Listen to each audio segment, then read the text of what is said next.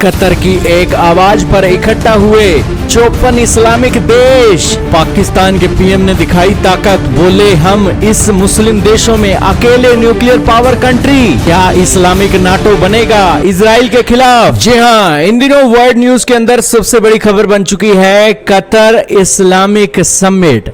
दोस्तों, ये एक अरब इस्लामिक समिट जो कतर के कहने पर होल्ड किया गया और मुस्लिम देशों की यहाँ पर एक अच्छी खासी भीड़ देखने को मिली। ये भीड़ किसकी खिलाफ थी? ये भीड़ खिलाफ थी एक छोटे से देश इजराइल के खिलाफ। और कतर के प्राइम मिनिस्टर ने कहा कि हम यहां पर इजराइल के साथ मीडिएटर का एक रोल प्ले कर रहे थे, लेकिन इजराइल ने हमारे ऊपर ये अटैक कर दिया, तो हमें जवाब चाहिए कि आखिरकार कौन सा देश आपकी मीडिएटर करवाएगा, कौन सा देश आपके साथ शांति चाहेगा। और इसी के साथ उन्होंने कहा कि कतर की जो संप्रभुता का उल्लंघन हुआ है उसके खिलाफ इजराइल को एक बड़ी कीमत चुकानी पड़ेगी। तो वहीं सऊदी की एक न्यूज ने लिखा है, सऊदी गैजेट ने, कि एक स्टेट के ऊपर अटैक सभी स्टेट्स के ऊपर अटैक माना जाएगा। अरब इस्लामिक स्टेट के अंदर समिट के अंदर यह निकल कर आया है।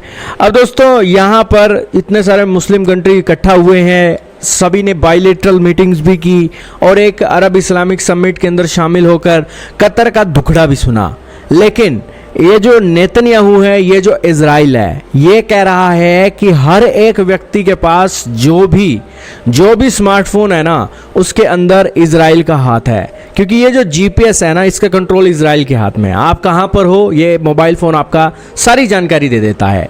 नेतन्याहू ने यहां पर अपने तेवर भी दिखाए हैं और अरब इस्लामिक समिट के अंदर समिट भी हुआ है और बेसिकली ये इस्लामिक कंट्रीज अपनी खुद की नाटो बनाने की बातें कर रही हैं। दोस्तों, कतर के इस समिट के अंदर पाकिस्तान के जो प्रधानमंत्री शहबाज शरीफ हैं, उन्होंने अपना अलग ही नशा फूका हुआ है। कतर के अंदर पाकिस्तान के प्रधानमंत्री ने अपनी एक उंगली उठाकर कहा कि इस कतर के इस्लामिक अरब समिट के अंदर पाकिस्तान अकेला है जो न्यूक्लियर पावर कंट्री है। और यहां पर वो मुस्लिम कंट्रीज की हौसला अफजाई कर रहे हैं कि देखिए, इजराइल को हम कुछ नहीं जानते हैं, हमारे पास इतनी बड़ी ताकत है। लेकिन इन सभी मामलों के बीच नेतन्याहू की धमकी आई है। उन्होंने कहा है कि मैं विदेशी देशों में आतंकवादियों पर नए सिरे से हमले की संभावना से इनकार नहीं करता।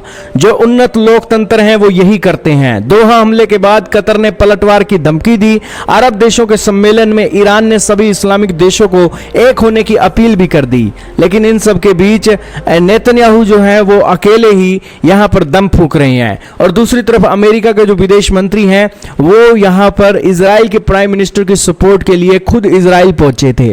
तो यहां पर एक स्पष्ट संदेश है कि कतर अमेरिका से दूर होना चाहता है।